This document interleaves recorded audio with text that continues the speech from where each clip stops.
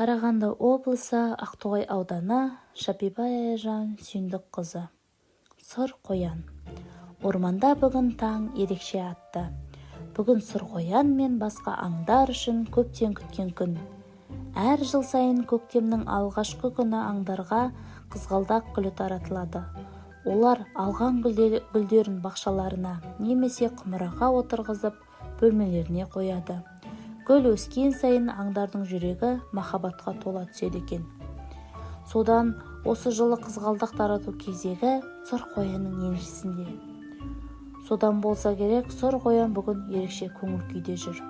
Қызғалдақты әкеліп аңдарға таратпайынша көңілі тыныш табар емес. Тез-тез жолға дайындалды да бақшаға қарай тартып кетті. Бақшаға жеткені сол еді, көңілі су сепкендей басылды. Өйткені қызғалдақ орнында болмады. Жан таласып бақшаның әр жерінен қарап шыққанымен таба алмады. Сұр қоян енді өз-өзіне.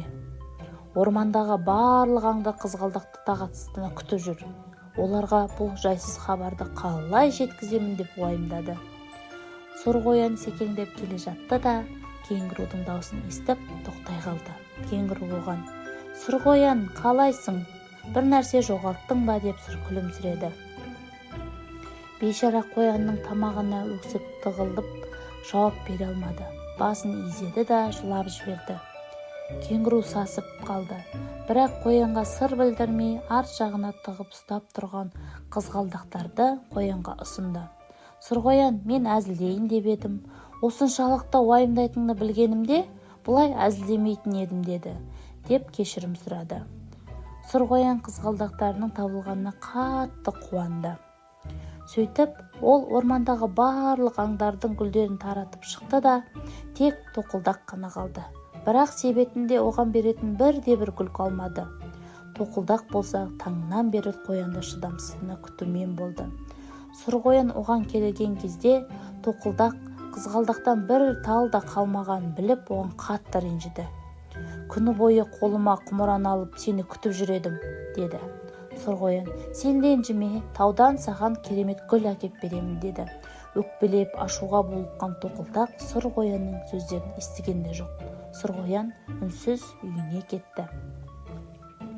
Кешқұрым ол үйіне достарын шақырды да болған жайтты оларға айтып берді. Барлығы сұр қоянның үйіне ақылдасып бір шешімге келді. Олар тау етегіндегі гүлзарға барып ең әдемі қызғалдақты теретін болды. Оны алып қана қоймай, құмыраға отырғызып тоқылдақтың үйіне апарып беруге келісті. Сұр қоян мен кенгуру гүлзарына жөнелді. Шаршап, шалдығып әрең дегенде қызғалдақты тапты. Оны бірден құмыраға салып алды да тоқылдаққа береміз деп қуанып орманға қарай құстай ұшты. Тоқылдақ бұл жайттан хабарсыз еді. Сол күні ашуланған сондай бірнеше ағашта бірінен соң бірі тоқылдатып, қабақтарын аршып тастады. Енді ол биік шынар ағашына жабысып алды да оны да тоқылдата бастаған еді. Ашумен қатты шайқалып аяғы тайып кетті де төмен қарай құлтилай құлады. Аунап бара жатып қанаттарын қағып еді, түк шықпады. Жерге келіп бұрқ етіп түсті. "Көмектесіңдер" деп ыңырси дауыстады. Тоқылдақтың даусын естіген аю жанына жанталасып жетіп келді. Сөйтсе ол қанаты қайырылып тұра алмай жатыр екен. Аю тоқылдақты құшағына қысып алды да ең жақын жерде орналасқан емханаға жүгіріп жетті. Ол кезде сұр қоян мен кенгуру да орманға жеткен еді. Тоқылдақтың жағдайын естіп, көңілдері түсіп кетті. Дәрігер үкі тоқылдаққа алғашқы медициналық көмек көрсетті. Тұмсығы мен қанаттарын тазалап, ем-дом жасады. Енді жақсылап тынықсын деп үйіне жіберді. Аю мен зебра тоқылдақты бір зембілге салып алды да көтеріп үйіне алып барды. Содан сұр қоян мен кенгуру гүл алып тоқылдақтың үйіне келді.